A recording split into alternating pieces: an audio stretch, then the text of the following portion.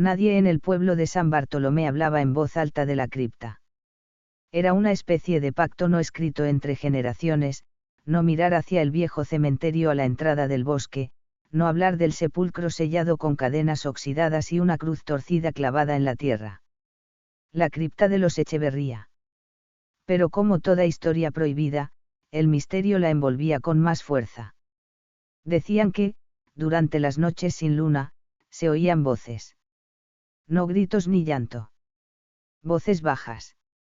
Como susurros que no buscaban ser oídos, pero que se filtraban en los oídos de quien pasara cerca. Pocos se animaban a cruzar ese camino.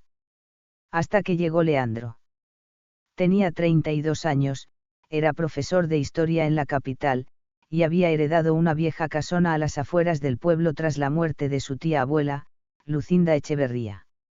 Nunca la conoció bien, solo que era una mujer excéntrica, devota del espiritismo y coleccionista de objetos antiguos.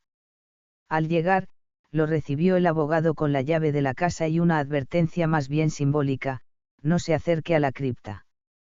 No importa lo que escuche. No habrá nada. Leandro sonrió. Gente de pueblo, pensó. Supersticiones. Pero en el fondo, algo en su estómago se removió al ver el papel amarillento con esas instrucciones escritas por la misma Lucinda.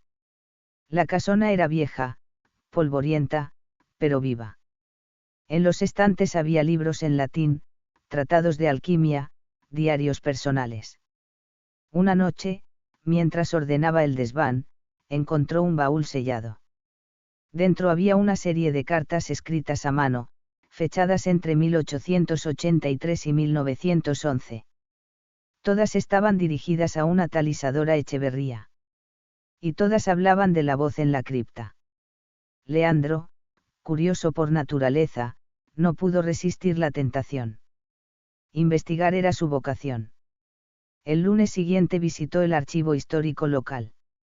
Entre registros desvencijados y documentos sin categorizar, encontró información clave: Isadora Echeverría había sido una joven promesa de la medicina en 1880, hasta que fue internada por trastornos de la personalidad. Su padre, Basilio Echeverría, la mantuvo encerrada en la casa familiar hasta su muerte. Pero no hubo entierro oficial. Solo una cripta sellada, en 1912. Las piezas comenzaron a unirse en su mente.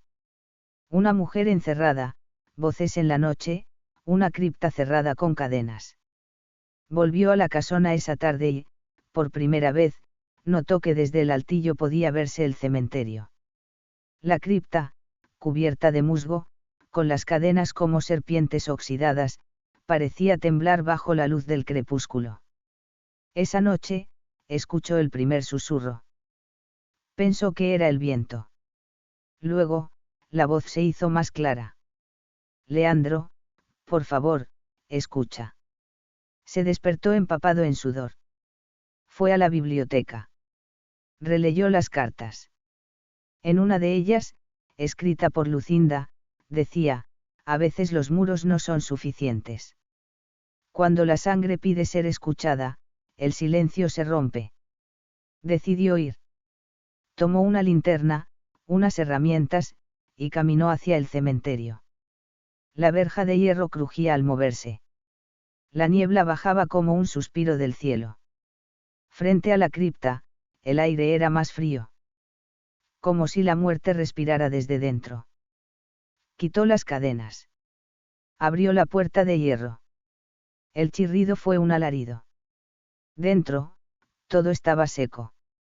Una única tumba. Y al lado, un espejo antiguo, de cuerpo entero, cubierto por una manta roja. Se acercó. Quitó la tela. En el reflejo, no se veía a sí mismo, sino a una mujer. Joven, de cabello largo, ojos vidriosos. Isadora. Ella habló, sin mover los labios. Gracias por venir. Estoy atrapada. La sangre de los Echeverría me condenó. Usaron mis conocimientos para hacer pactos. Para alargar su vida. Me sellaron aquí, entre los muertos. Leandro retrocedió. El espejo brilló. Isadora extendió la mano. Solo un heredero puede liberarme. Solo vos podés cerrar el ciclo. El espejo vibró. Grietas aparecieron. El suelo tembló. Leandro sintió un dolor agudo en el pecho. Vio su reflejo deformarse. Sintieron, los dos, el peso de la sangre maldita. Corrió. Salvo.